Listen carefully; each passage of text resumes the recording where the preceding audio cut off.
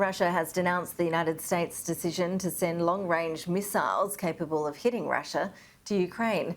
A Kremlin spokesperson says the US is increasing the risk of a direct confrontation with Russia. While investigators are recovering bodies of Ukrainian troops and civilians buried outside Kyiv. In the liberated villages north of the Ukrainian capital, the streets are lined with the scars of war. And it's not just buildings destroyed. We met Sergei, a villager whose home was overrun by Russian troops, who then shot him, he says, and left him for dead. So it went there and then it went out the back.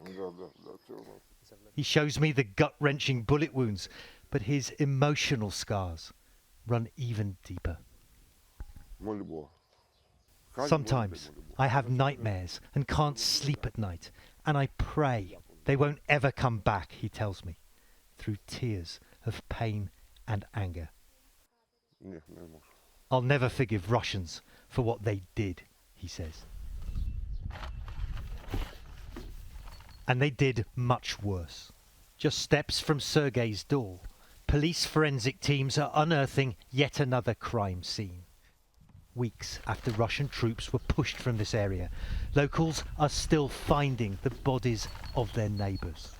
We were shown 3 makeshift graves on this street alone.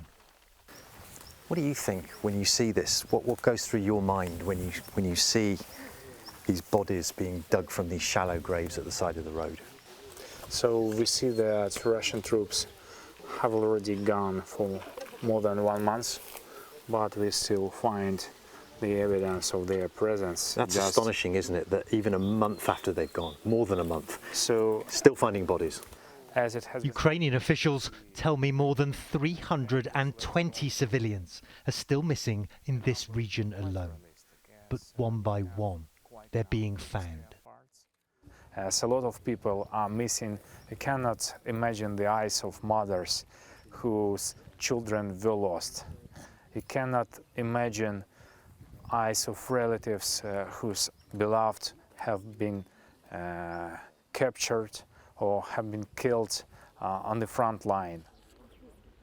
It is a awful, grim business, digging up the bodies of the thousands of people scattered across this entire country in shallow graves that have yet to be identified.